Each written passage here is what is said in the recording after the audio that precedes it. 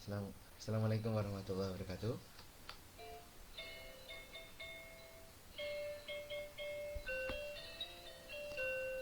Mana di mana anak kambing saya? Anak kambing tuan ada di atas karpet. Apa yang mana buku yang ku baca? Buku yang kau baca ada di What the Book Said. Ayo membaca, ayo diskusi, ayo membaca, diskusi dan berbagi. Kita membaca, kita diskusi, kita bahagia, kita terinspirasi.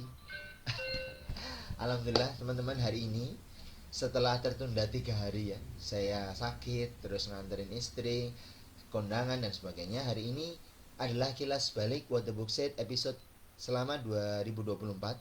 Ada 40 episode dan saya akan membahas 7 buku yang paling berkesan untuk keluarga kami. Yang pertama itu adalah Cowardly Clyde, terus Scarecrow Wedding, It's Only One, Dark for President, Feather for PB, Look What I've Got, dan Stickman. Nah, di sini saya ingin cerita kepada teman-teman bahwa kami melakukan What the Book Said itu awal mulanya itu karena terinspirasi oleh buku ini. Makanya juga namanya itu What the Book Said. Di sini kan What the Dog Saw. Malcolm Gladwell melalui tulisan-tulisannya, ya, dia menyebut tulisan-tulisannya itu adalah petualangan-petualangannya.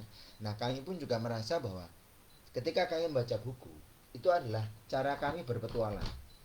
Tentang keluarga super irit misalnya, kami berpetualang bagaimana seseorang atau orang lain itu berpikir tentang hal-hal yang akan membuat mereka itu irit. Kalau kata Simon Sinek, Anda melakukan hal-hal yang menginspirasi Anda untuk melakukan hal-hal yang apa ya? Menginspirasi orang lain untuk melakukan hal-hal yang akan menginspirasi mereka. Nah, saya merasakan keluarga super irit ini, penulisnya itu membuat suatu hal yang akan membuat diri kita itu melakukan hal yang akan menginspirasi kita. Contoh saya bikin rainwater harvest untuk menghemat biaya. Contohnya begitu. Nah, di What the Book Said ini, saya berpikir tentang buku-buku yang akan membantu saya berpetualang, ya, tentang apa saja. Kalau misalnya di buku-buku yang misalnya tebal-tebal begini ya, ini kan saya harus membaca dengan penuh semuanya baru saya itu mengerti. Kalau saya dan itu perlu waktu cukup lama. Sedangkan kebutuhan kita atau saya itu membaca untuk berpikir. Jadi membaca untuk berpikir lebih memahami bacaan tanpa harus ada target yang memberatkan. Nah, bagaimana caranya? Istri saya menyarankan agar saya itu lebih fokus pada buku-buku picture book, buku-buku yang bergambar. Mengapa? Karena buku-buku yang bergambar seperti ini tuh satu, lebih tuntas membaca. Jadi kita membacanya itu tuntas karena sebentar. Yang kedua, kita bisa mengenali simbol-simbol dan kita bisa mengajak anak-anak untuk mengenali simbol-simbol. Loh, kenapa lah ini? Bedanya saya atau keluarga kami dengan keluarga yang lain atau teman-teman yang membahas buku yang lain adalah tentang pendekatan bahwa kami menggunakan buku ini adalah sarana untuk diskusi bersama anak-anak. Tidak sedikit ya, saya itu mengulang-ulang berdiskusi dengan anak-anak soal bukunya Anna of Green Gables ya. Cerita buku dari anak tani Laura Ingalls. Berkali-kali itu. Bahkan saya ingat soal apa itu namanya? Soal keputusan untuk mengambil peran di bidang homestead for sustainable living ini, selain terinspirasi oleh Mom Desi Sriandi dan keluarganya, saya merasa bahwa kita barangkali akan lebih bahagia ketika kita itu fokus pada apa-apa yang telah dikaruniakan Allah Subhanahu wa taala kepada kita tanpa kita minta.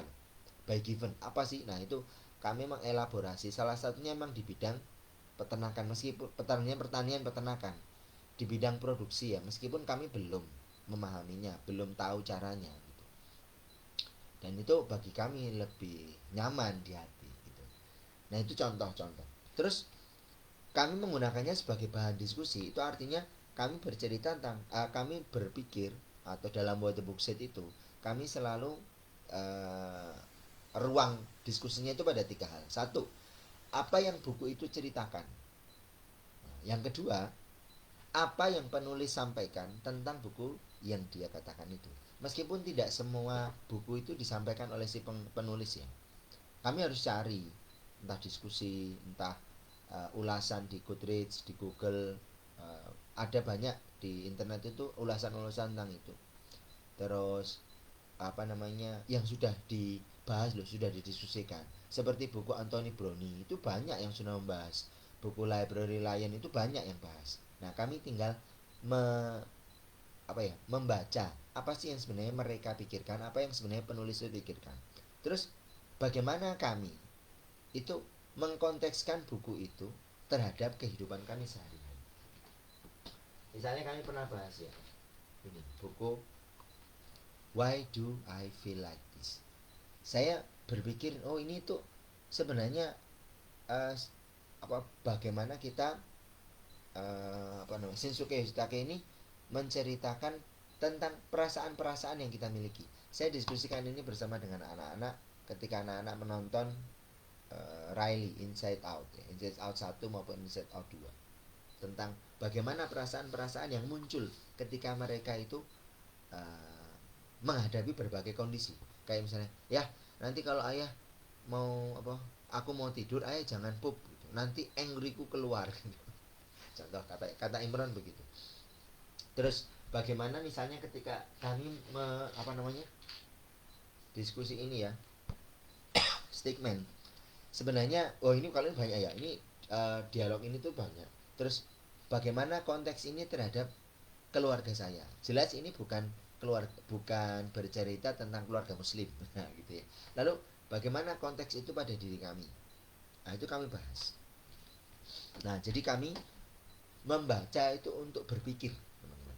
Dan agar kami bisa tuntas berpikirnya, kami membacanya itu juga yang kecil-kecil gini. Karena ini ya, kalau teman-teman baca buku-buku seperti ini, itu satu tema selesai loh. Satu tema selesai. Mirip seperti di What the Dog Saw. What the Dog Saw ini satu artikel selesai. Dan ini sangat khas. Ini buku yang salah satu buku favorit saya. Bercerita tentang pil KB yang keliru. Kekeliruannya John Rock itu mengkomunikasikan pil KB itu sebagai obat untuk menunda kelahiran, dan itu berkonflik dengan paus di Vatikan yang di Katolik. Padahal John Rock itu adalah seorang yang taat pada agama, dia selalu datang misa pagi misalnya. Tapi di sisi lain sebenarnya ada nilai-nilai di mana kita bisa menjual obat KB itu bukan sebagai obat, tapi sebagai multivitamin, mungkin mencegah terjadinya kanker. Ini hanya kesalahan bahasa menurut Malcolm Gladwell, tapi dibahas dengan berimbang di situ. Itu yang saya suka. Dan saya bisa membahas misalnya ada dari cara berpikir What the Dog Saw ini, saya bisa membaca buku-buku seperti ini tuh dengan cara yang berbeda. Nah, saya juga ketika membaca buku itu membandingkan buku-buku itu dengan buku-buku bacaan yang sudah saya baca. Dan saya entah bagaimana, makanya saya merasa kadang-kadang itu saya merasa terberkati ya, karena buku-buku yang ingin saya bahas itu adalah relevan dengan buku-buku yang telah saya baca sebelumnya. Misalnya di buku It's Only One. Di buku It's Only One, tulisan dari Tracy Calderoy dan Tony Neal, itu bercerita tentang bagaimana bagi saya ya, itu adalah prinsip The Broken Windows Theory ya, dari George Schelling ya. Jadi bagaimana sebuah kerusakan kecil yang dibiarkan itu akan membawa pada kerusakan-kerusakan yang besar. Dan perubahan atas sebuah masalah yang besar itu dimulai dari solusi yang kecil, bukan solusi-solusi yang besar. Nanti ini terkait dengan buku-buku yang lain. It's Only One itu mirip-mirip temanya dan beririsan dengan tema dari Little Answer dari Tim Hopgood dan seterusnya. Itu menjadi buku-buku ini tuh saling memperkaya. Jadi pemahaman saya dan istri ngobrolnya itu jadi enak. Oh iya, itu seperti yang Tracy Calderoy cerita di It's Only One. Jadi kami menggunakan buku-buku itu sebagai label. It's Only One. Saya dan istri sudah ngerti tanpa kami harus bahas panjang lebar. Kami komentar gitu ya, komentar tentang segala sesuatu itu enak gitu loh. Oh, itu low what I've got. Anthony Brownie, inget kan? Nah, udah gitu. Oh iya betul. Karena misalnya ada orang yang mengatakan sesuatu kepada kami gitu ya. Nah, terus saya cerita sama istri, orang ini kok ngomong gini ya? Istri bilang, oh itu hanya look what I've got, Anthony Brownie. Kamu paham kan? Oh iya, berarti yang dia katakan tadi tentang konsumerisme. Bagaimana saya ternyata telah mengiritasi mereka karena saya membawa nuansa-nuansa kesederhanaan dan melawan atau menafikan apa-apa yang mereka dapatkan gitu. Karena mereka akan mengatakan, look what I've got. I bet you wish you had one. Dia berkata begitu kepada saya. Tapi saya berkata kepada mereka, not really gitu. Sama seperti si tokohnya Anthony Brownie itu. Itu membuat mereka berpikir, ini kok Mas Syarif tidak pengen gitu ya. Tidak pengen apoteknya lebih banyak, tidak pengen punya mobil. Apa sebenarnya yang kamu inginkan? Nah, saya punya imajinasi yang lain. Dan itu tidak bisa tidak bisa dihack oleh mereka. Ini sesuatu yang menurut saya sangat meresahkan karena mereka orang-orang seperti itu akan merasa apa gagasan selain apa yang mereka pikirkan itu menjadi sangat mengganggu mereka. Contohnya begini, ada beberapa orang yang mengatakan bahwa mereka sedang membangun kisah sukses. Nah, sedangkan saya tidak membangun kisah sukses. Saya membangun kisah cinta. Nah, itu di buku ini jelaskan apa bedanya kisah sukses dan kisah cinta. Dan saya tidak perlu cerita. Kenapa? Karena membaca buku itu seperti Robert Kiyosaki sebagai unfair advantage, sebuah keuntungan yang tidak adil. Saya nggak perlu cerita. Saya ngerti aja bahwa saya yang kamu pikir seperti itu adalah sedang membahas, saya sedang membangun kisah cinta, bukan kisah sukses. Anda bangun kisah sukses silahkan, seperti Picasso, seperti orang-orang hebat itu silahkan. Saya dan istri, keluarga saya membangun sebuah kisah cinta. Dan memang kisah cinta itu tidak menarik. Nah, ada beberapa hal yang menarik yang kemudian saya bagikan. Saya cerita tentang enema kopi. Saya cerita tentang masakan-masakan. Saya cerita tentang bagaimana saya mengajarkan anak-anak dengan kelinci dan bebek. Itu adalah sesuatu yang saya merasakan manfaatnya, saya bagi. Ini namanya saya berkontribusi kepada sesama dengan prasangka yang baik. Nah, saya memandang teman-teman kemudian sebagai kawan seperjuangan. Anda mau dengan cara apa silahkan. Saya punya ide loh. Saya punya gagasan loh. Dan gagasan saya, ide saya itu gratis buat teman-teman. Ini adalah cara saya membaca membaca untuk berpikir. Jadi tujuannya itu bukan membaca, ya. Tujuan saya itu bukan membaca. Tujuan saya itu berpikir. Berpikir. Afala ta'lamun, afala tatafakkarun, kata di Al-Qur'an. Dan dulu saya juga diskusi sama istri. Rasa-rasanya yo, kita tuh baca Al-Qur'an kok kayak nggak ada apa kalau Syekh Abdullah bin Nasir Ulwan membuat sebuah buku yang judulnya itu begini. Bacalah Al-Qur'an seakan-akan Al-Qur'an itu diturunkan kepadamu. Nah, saya itu nggak tahu bagaimana cara saya memahami kalimat dari Syekh Muhammad bin Nasir Ulwan ini. Ada bukunya kan. Di antaranya itu adalah saya tidak merasa Al-Quran itu hadir pada konteks saya. Lah kok bisa saya berpikir begitu? Ini bukan Al-Qurannya yang salah, tapi saya nggak bisa mikir. Ngerti? Bagaimana saya berlatih berpikir menghadapi Al-Quran? Di antaranya begini, dengan buku-buku seperti ini. Sekarang saya sedang baca Ihya Ulumuddin. Saya belajar gitu. Sedikit demi sedikit saya ceritakan kepada istri. Itu adalah cara saya untuk berpikir. Mengapa? Karena saya kesulitan untuk memahami Al-Quran sebagai sarana yang sarana yang akan membantu saya berpikir. Padahal Al-Quran itu diturunkan oleh Allah SWT dengan mudah, dengan penuh kemudahan, dengan berbagai macam kebaikan. Nah, kok saya tidak bisa mengambil manfaatnya, itu berarti saya merugi. Nah, bagaimana cara saya agar tidak merugi? Bagaimana saya bisa berdiskusi dengan anak-anak dengan Al-Quran? Nah, salah satunya bahannya itu ya dengan ini. Kalau saya merasa misalnya diskusi seperti Nusa gitu ya, Nusa dan Rara, itu kok kayaknya itu masa-masa dulu ya, ketika saya 2018 2019, segala sesuatu yang saya diskusikan dengan Aswa putri saya itu dalam bimbingan orang tua, belajar bersama orang tua BPO di Kutab Al-Fatih Purwokerto, itu harus ada dasarnya gitu. Harus ada hadisnya, harus ada apa namanya, dalil Al-Qur'annya. Sedangkan saya tidak menguasai itu. Saya bukan ustadz kok gitu. Saya nggak ngerti gitu. Dan ketika dengan sirah sekalipun, saya itu memiliki apa namanya, perbedaan konteks dengan teman-teman dalam memahami sirah. Misalnya saya memahami dari bacaan-bacaan saya gitu, bahwa istri pertama Nabi Ibrahim alaihissalam itu adalah Bunda Hajar, bukan Bunda Sarah.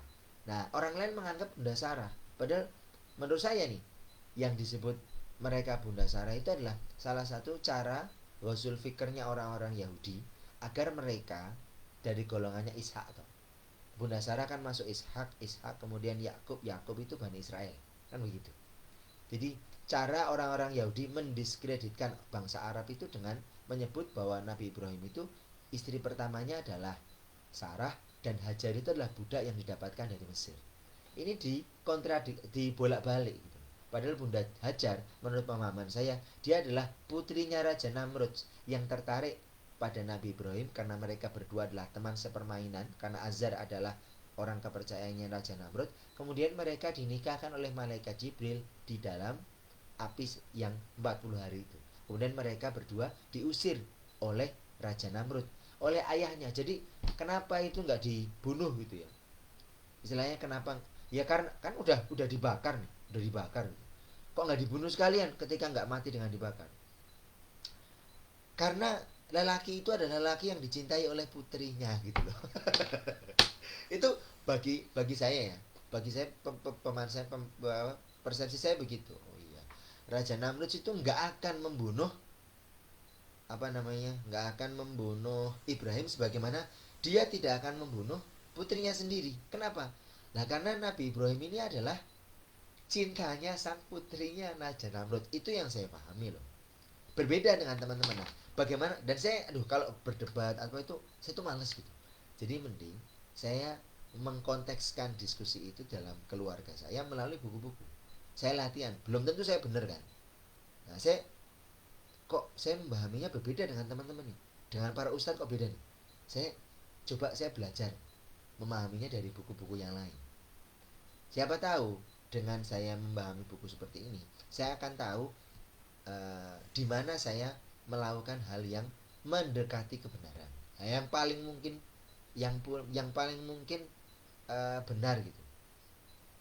Kalau kata Malcolm Gladwell ya di buku ini salah satunya itu, kita tidak tahu, di buku yang lain, di buku Blink ya, kita tidak bisa memahami atau meyakini bahwa kita melakukan hal yang benar. Yang kita tahu hanyalah seseorang itu melakukan hal yang keliru. Jadi saya tadi tidak pasti benar bahwa Nabi Ibrahim itu istrinya adalah Bunda Hajar. Tapi dari buku-buku yang saya baca, itu saya tahu bahwa adanya Nabi Ibrahim alaihissalam itu disebut istrinya itu adalah Bunda Sarah karena ada konspirasi dari Yahudi. Nah, jadi tergambar. Nah, contohnya begitu. Itu adalah cara kami untuk membaca untuk berpikir. Jadi tujuannya itu adalah tujuannya itu berpikir, bukan membaca. Saya melihat teman-teman yang di bidang-bidang literasi ya, itu tujuannya itu membaca, memasyarakatkan buku dan membukukan atau membuat buku itu nyaman di masyarakat itu, memasyarakatkan buku dan membuat masyarakat itu cinta membaca.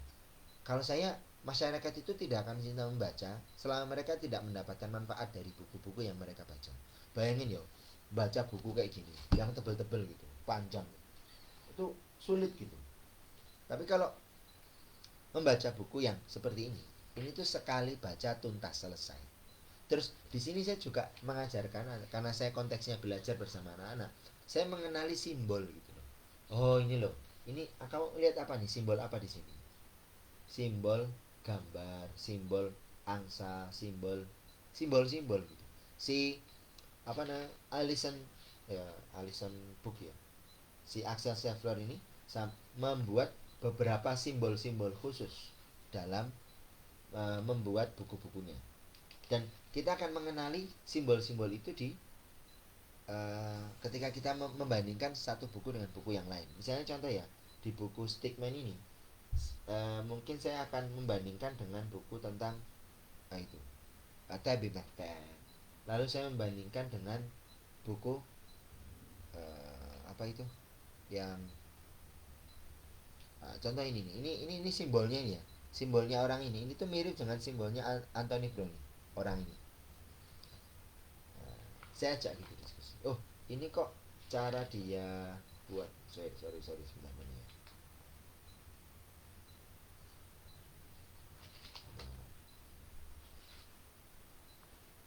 Nah, ini kan menjadi, di sini saya pernah bahas ini Stickman itu, bahwa Stickman itu kan bercerita tentang malangnya seorang ayah ya, seorang ayah yang dia itu tergerus oleh beratnya hidup di dunia, di dunia yang bekerja dengan keras gitu ya, kerasnya dunia bekerja. Nah, lalu bagaimana cara dia kembali kepada keluarganya itu dibahas di sini. Dan ini kalau kita diskusi misalnya kayak gini ya, ini tuh mirip di bukunya The Baddies bukunya Julia Donaldson juga. Kemudian ya banyak simbol-simbol gitu di buku ini, banyak buku simbol-simbol gitu. Itu saya diskusikan dengan anak-anak. Terus ini sekarang ke 7 ya, 7 tadi pengantarnya. 7 buku yang kami bahas itu, pertama yang jadi favorit kami dari 40 buku di Kilas Balik 2024. Pertama itu adalah Cowardly Clyde. Cowardly Clyde itu cerita tentang seekor kuda dari seorang kesatria yang dia itu sebenarnya penakut, tapi dia menemukan cara untuk menjadi berani. Dengan caranya itu adalah berpura-pura berani. Nah, saya mengkontekskan dengan keluarga saya adalah ketika kita gagal, itu ternyata kegagalan kami itu ada dua hal ya. Kegagalan yang tercekat atau kegagalan karena panik. Kalau kegagalan karena tercekat ya, itu kegagalan di mana kemudian kita berpikir tentang apa yang sedang kita lakukan itu. Itu membuat kita seakan-akan menjadi pemain amatir. Kita tidak lagi memiliki tidak lagi unconscious competent, tidak lagi memiliki kemampuan di bawah sadar, tapi kita menjadi manual gitu. Nah, kalau kegagalan karena panik itu kegagalan yang sebenarnya bisa kita tanggulangi kalau kita berlatih lebih keras. Nah, saya merasa bahwa Cowardly Clyde ini adalah ketika kita itu menghadapi kegagalan itu dengan kepanikan karena kita nggak pernah punya pengalaman itu. Dan yang harus kita lakukan ya memperbanyak pengalaman, memperbanyak kegiatan, menerima bahwa kesalahan itu sebagai kegagalan itu sebagai sesuatu yang memang terjadi dan harus kita terima sebagai pembelajaran dari Allah Subhanahu wa taala tentang apa yang akan kita hadapi di masa mendatang.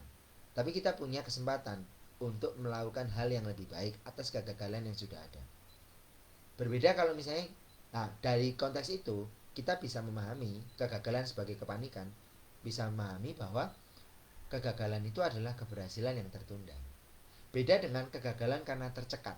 Kalau kegagalan karena tercekat itu, walaupun saya belajar lebih banyak, saya berlatih lebih keras, saya tetap akan gagal di situ. Contohnya ya, saya memahami kegagalan tercekat saya itu ketika di Unsur, ketika bekerja di pabrik, ketika di ya kegagalan bukan berarti kemudian saya gagal terus bagaimana, tapi saya merasa saya tidak mendapatkan apa yang saya cari di situ. Terus kemudian kegagalan ketika di LPDP, kegagalan untuk melanjutkan kuliah di luar negeri dan seterusnya. Itu kegagalan CPNS gitu. Itu kegagalan yang kalau saya mengulanginya, niscaya saya juga akan tetap gagal kok. Karena memang bukan di situ ranah saya. Bukan mendapatkan afirmasi positif, tapi saya fokusnya pada deprivasi relatif. Nanti ada dibahas buku yang lain. Itu tentang Cowardly Clyde. Kemudian di Scarecrow Wedding, bagaimana saya dan keluarga itu belajar menciptakan momen yang bagus. Scarecrow Wedding itu kan bercerita dua orang scarecrow ya, orang-orangan sawah yang mereka saling mencintai dan mereka merencanakan menikah. Tapi terus mereka itu mendapati ada satu syarat menikah yang belum terpenuhi, yaitu bunga-bunga. Akhirnya si laki-laki itu bertanggung jawab kan, dia mencari bunga-bunga sampai kemudian dikira hilang, dan si petani menghadirkan scarecrow baru, dan ternyata scarecrow baru ini jahat. Di antara jahatnya itu, kode yang dipakai oleh Julia Donaldson adalah merokok. Saya disuruh sama anak-anak dan istri gitu ya, bahwa kok bisa merokok itu jahat ya, karena merokok itu sebenarnya menjahati diri sendiri. Oh, kepada diri sendiri aja dia jahat, apalagi kepada orang lain. Kira-kira gitu. Itu contoh ya. Ini bukan masalah soal apa namanya, bagaimana hukum rokok atau enggak. Saya tidak mengatakan rokok itu sebagai, atau gini. Tujuannya itu bukan menghilangkan atau menstop rokok, enggak. Tujuannya itu adalah hidup bahagia, sehat, terus minim resiko. Nah, caranya itu menghindari rokok. Apakah kemudian ada orang yang apa namanya, merokok dan dia tetap bahagia hingga akhir masa? Saya tidak tahu. Saya tidak mendapati itu. Tapi logikanya nggak masuk gitu. Logika ketika dia, kan rokok itu menyakiti diri sendiri. Bagaimana mungkin dia akan membahagiakan orang lain dan mendapatkan kehidupan bahagia hingga akhir ketika dia itu menzolimi dirinya sendiri gitu loh. Itu contoh. Apa namanya, ini kita berpikir dari buku ya, tidak berdebat. Kalau anda mau debat, saya tidak terima itu, saya mundur aja lah, saya tidak mana-mana perdebatan. Intinya mencipta momen, terus si laki-laki ini yang merokok kemudian dia kebakaran toh, terus akhirnya dijerami-jeraminya kebakaran, dan si siapa ya, Hari itu datang untuk menyelamatkan si kekasihnya, si scarecrow yang betina, yang perempuan, sorry. Akhirnya mereka menikah dengan pernikahan yang sudah mereka rencanakan dan mereka usahakan. Special moment. Terus di Only One tadi saya sudah ceritakan. Dark for President ini saya bercerita tentang memahaminya dengan separation of task atau pembagian tugas ala Alfred Adler. Jadi kalau di sebelumnya itu saya membaca buku ini hanya cerita tentang politik. Tapi setelah saya belajar Adler, saya memahaminya, ini tentang separation of task. Bagaimana dalam sebuah peternakan itu tugas-tugas sudah dibagi. Ketika ada orang yang tidak mau melaksanakan tugasnya, dia melakukan dusta kehidupan. Di dusta kehidupan itu dia mempengaruhi orang-orang lain untuk melakukan dusta kehidupan, dan seterusnya sampai dia menduduki posisi paling tinggi, yaitu presiden. Dia pun akhirnya kembali pada sesuatu yang paling mendasar, bahwa dia ternyata tahu bahwa menjadi presiden itu bukan untuk menyelesaikan masalah gitu. Saya nggak mau bahas ke politik ya, ntar nggak usah. Terus Feather for PB dari Rod Clement, saya belajar tentang bagaimana ketika saya memiliki dorongan untuk tampil, maka saya akan I need something more, sesuatu yang lebih dan lebih gitu. Saya tidak pernah merasa cukup. Nah, dari Feathers for PB ini saya belajar bagaimana kita merasa cukup, belajar tentang angka cukup. Terus Look What I've Got sudah saya bahas tadi tentang konsumerisme, dan Stickman adalah tentang bagaimana seorang ayah yang malang kembali pada keluarganya. Ini bicara tentang deprivasi relatif tadi, bahwa dia akan gagal. Dia mengalami banyak kegagalan karena dia ternyata tidak mendapatkan apa yang dia persepsikan atau dia impikan dalam kehidupan sosial dan masyarakat. Dan itu adalah cara Tuhan. Karena di sini bagian akhir juga disebutkan seorang ayah bisa kembali kepada keluarganya itu ya karena kasih sayang Tuhan. Kira-kira begitu. Nah, ini statement itu dibawa oleh Sinterklas. Kalau kita kalau saya keluarga muslim, saya belajar kita dengan hal-hal yang rutin, hal-hal yang kita menjadikan momen ya. Minimal itu momen itu adalah di Jumatan. Saya itu kalau ngisi Jumatan, saya juga bercerita tentang peran ayah, karena saya berpikir bahwa di saat Jumatan itu satu-satunya saya bicara dengan semua laki-laki. Maka saya bicara tentang bagaimana mereka akan kembali kepada keluarga mereka. Itu contohnya. Alhamdulillahirrahmanirrahim. Kira-kira begitu. Saya sudah jelaskan tentang tuntas membaca, mengenali simbol, bahan diskusi, dan membaca untuk berpikir. Terima kasih. Sampai jumpa di tahun 2025 untuk materi berikutnya di What the Book Said episode berarti mulai 41. Terima kasih. Alhamdulillahirrahmanirrahim. Lang si paku gelang